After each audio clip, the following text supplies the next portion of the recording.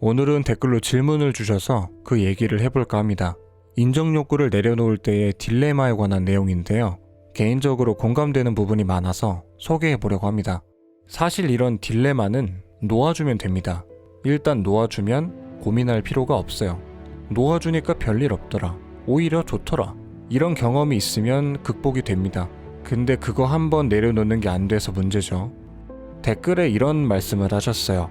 인정에 대한 욕망은 체면을 중시하는 것과 같다고 생각합니다.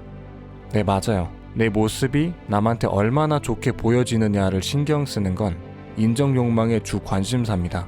평판을 신경 쓰고 매너를 지키고 변화에 맞춰 대응을 하고 이런 행위에 개입하는 게 인정 욕망이죠. 근데 인정 욕망이 나쁜 사람이 되지 않도록 막아준다는 건 잘못된 생각입니다. 우리가 인정 욕망을 붙들었을 때 선한 행동을 하는 건 그게 내 이익에 부합하기 때문이에요. 인정 욕망이 선을 추구하게 만들어주는 게 아닙니다.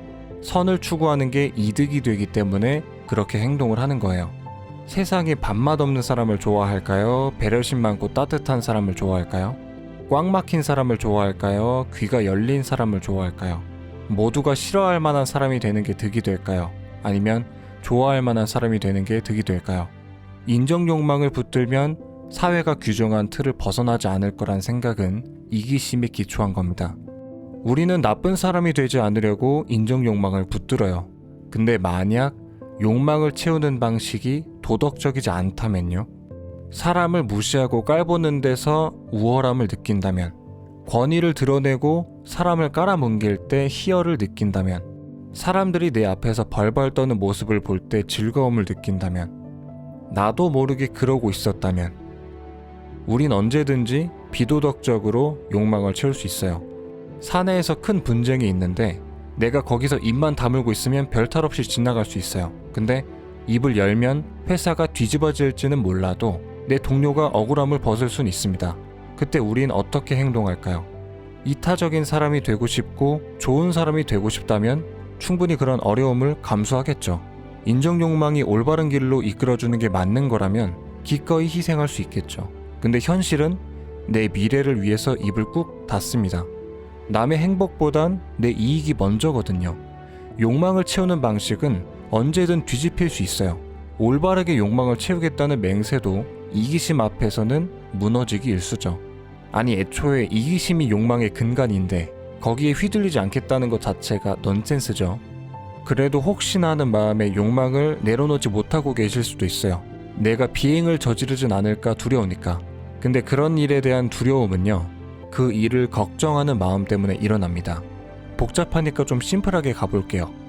지금 우리가 욕망을 내려놓으면 살인을 저지를까요? 멀쩡히 지나가는 사람 면전에 쌍욕을 퍼부을까요? 아니죠. 그런 일은 일어나지 않아요.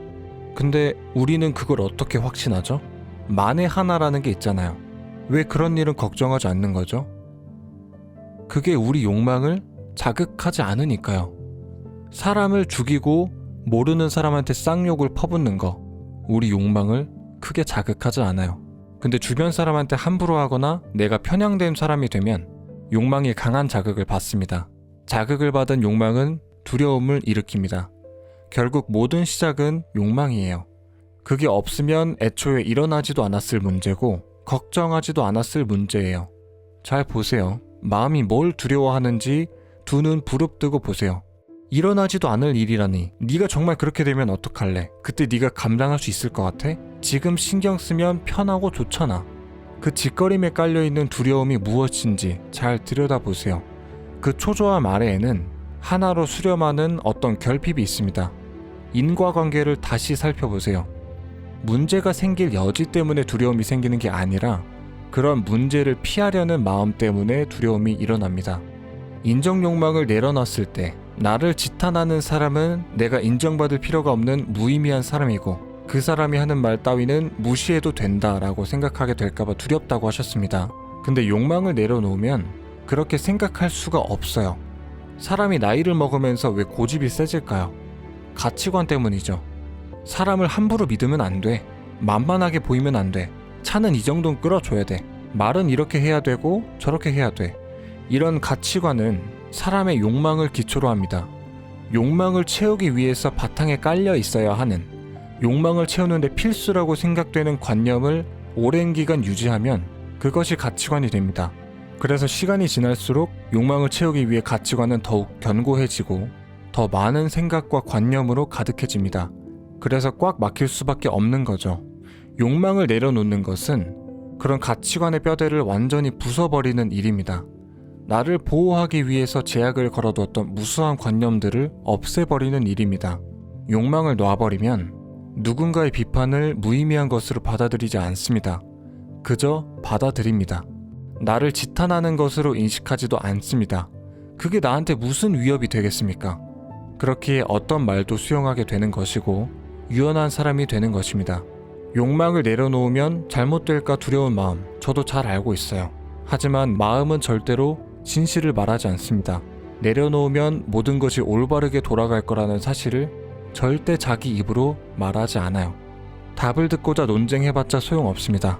논쟁이란 마음을 이용하는 것이기 때문입니다. 마음을 내려놓고 생각을 덧대지 말고 그냥 한번 내려놔 보세요.